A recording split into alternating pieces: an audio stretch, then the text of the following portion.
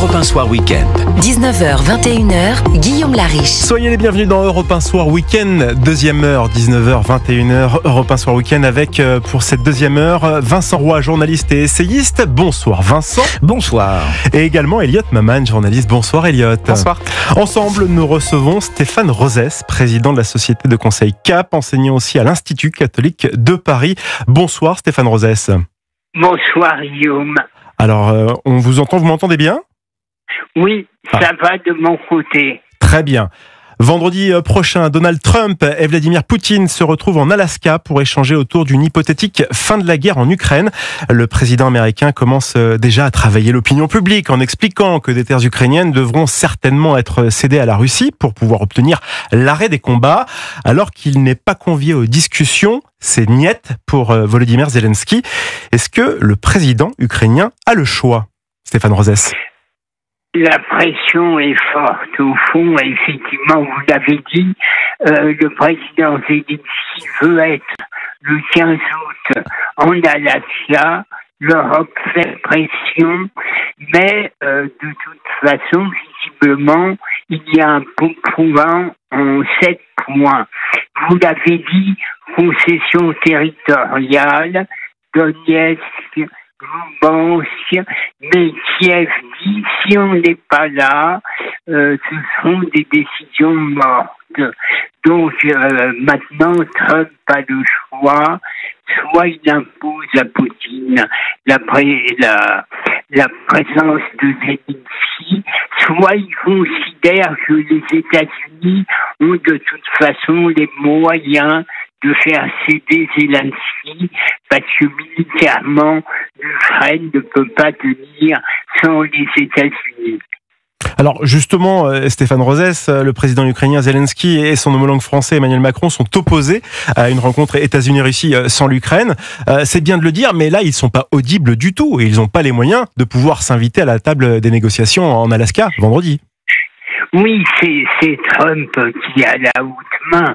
C'est sa doctrine, hein. Bilatéralisme, éventuellement trilatéralisme, mais c'est lui qui intervient.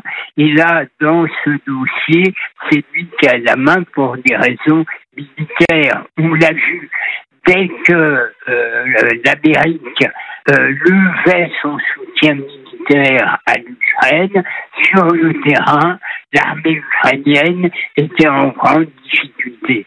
Donc, de facto, c'est Trump qui a la main, effectivement, et les Européens sont très, je dirais, très suivistes, d'autant que les concessions territoriales dont on a parlé ne garantissent rien la sécurité de ce cessez-le-feu, et donc il y aurait aussi derrière le fait de savoir qui s'occupe de sécuriser des choses, d'autant que ça va être l'Europe certainement qui va devoir être chargée de la sécurité. C'est ça la grande difficulté. Le pire pour l'Europe serait qu'elle s'occupe de faire la vaisselle d'un festin décidé au fond entre Trump et Poutine, mais c'est le rapport de force.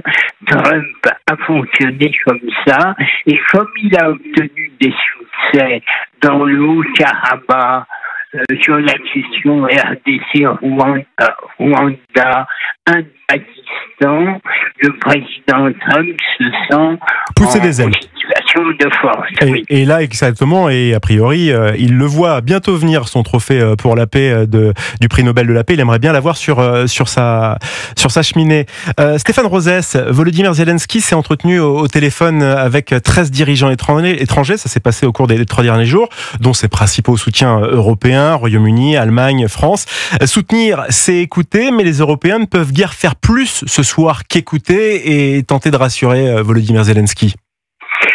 Zelensky a besoin du soutien des Européens, mais au fond, l'argument fort pour Trump et Poutine, c'est plutôt de savoir si Zelensky quelle sera l'attitude de Zelensky.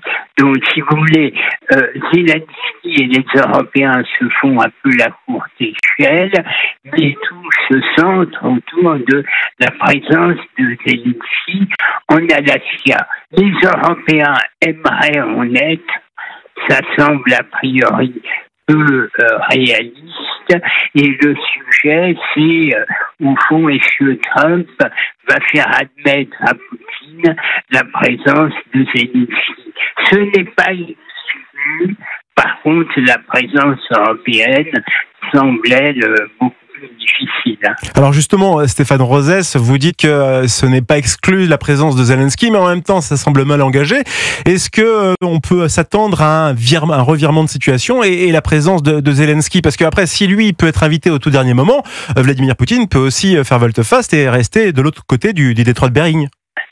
Oui, évidemment, Trump a compris la chose suivante, et la plupart, c'est que plus la situation dure, plus ça favorise Poutine, parce que sur le terrain, c'est lui qui avance.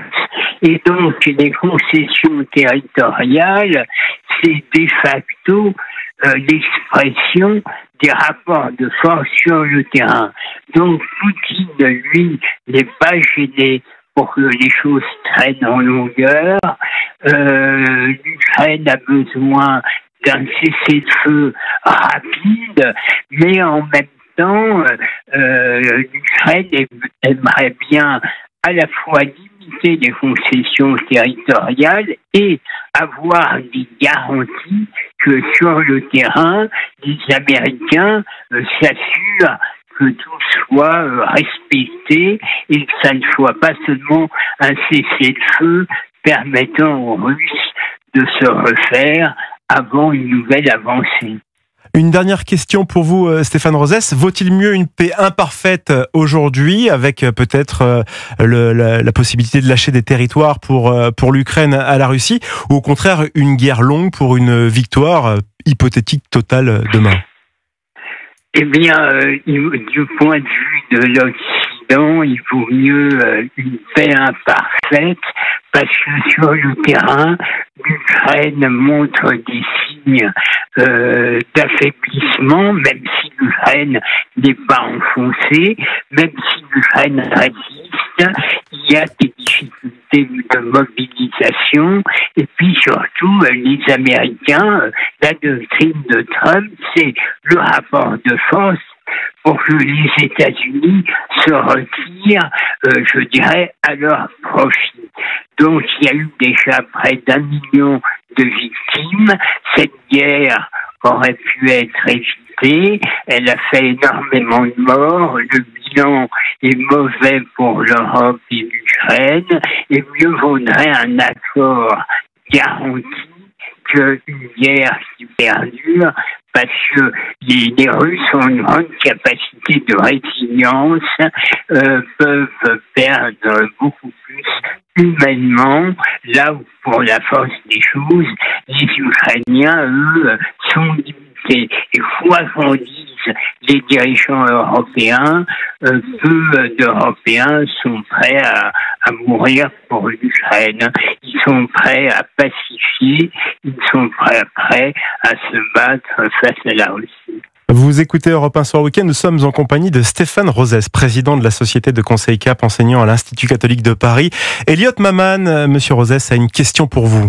Oui, absolument. Donald Trump estime que cet accord de paix, ou du moins cet accord qui pourrait être trouvé entre lui et Vladimir Poutine en Alaska vendredi prochain, devrait inclure des échanges territoriaux entre la Russie et l'Ukraine. On sait que Donald Trump a une approche très transactionnelle des choses. Alors justement, quel effet de levier, quelle marge de manœuvre l'Ukraine a-t-elle, et quelle carte a-t-elle à faire valoir contre la Russie afin de limiter les pertes territoriales qui pourraient être les siennes? Qu'est-ce qu'elle détient de la Russie à l'heure actuelle?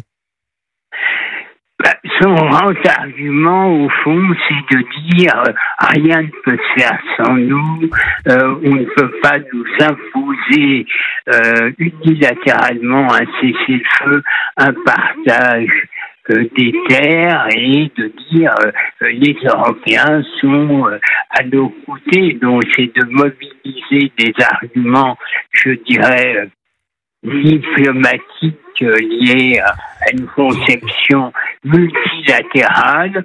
On le sait, c'est pas la position de Trump. Trump pensait que l'accord serait plus facile. Il a trouvé que Poutine était très intransigeant et pour lui, au fond, son espoir, c'est d'obliger au fond l'Ukraine à un accord pour vite se retirer. Alors, il a des arguments pour convaincre l'Ukraine. C'est pas seulement la paix relativement acceptable, c'est aussi des dimensions économiques.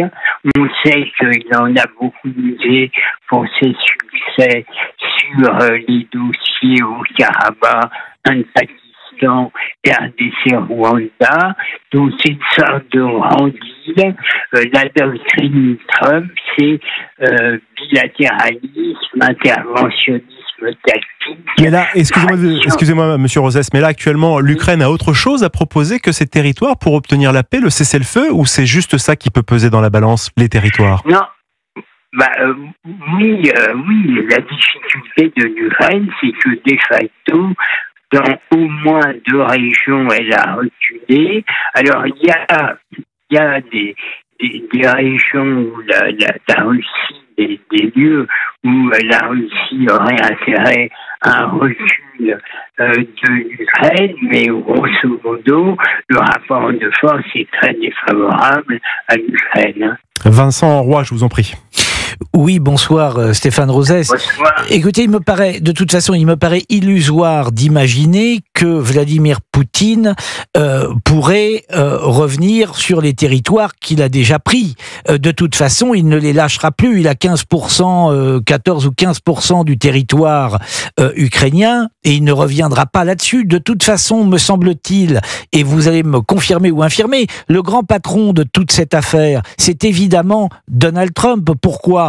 Parce que si il décide de se retirer de l'aide qu'il apporte à l'Ukraine, l'Ukraine tombera. L'Ukraine, avec la seule aide de l'Europe, ne tient pas. C'est véritablement M. Trump qui a les clés du problème. Vous avez raison. Les experts disent qu'il faudrait 5 ans à l'Europe pour se substituer aux Américains dans l'aide à l'Ukraine, 5 ans, et qu'il faudrait 10 ans pour que l'Europe puisse, avec un effort considérable, se substituer à l'OTAN.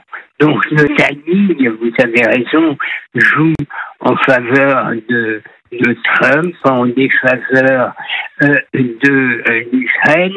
Quant à la Russie, c'est ça qu'il y a de terrible dans cette guerre meurtrière, c'est que les Russes ne se voient pas faire des concessions tellement ils ont perdu de morts, de soldats, et les Ukrainiens qui ont perdu beaucoup moins de soldats, eux, c'est terrible, parce qu'ils ont fait d'énormes sacrifices humains pour avoir de facto un cessez-le-feu consacrant une partition qu'ils voulaient évidemment tout à fait éviter. Merci beaucoup Stéphane Rosès d'avoir répondu aux questions d'Europe 1 sur le week-end. Je rappelle que vous êtes président de la société de conseil CAP, enseignant à l'Institut catholique de Paris et puis aussi auteur de Chaos, essai sur les imaginaires des peuples. Merci Monsieur Rosès. Merci à vous.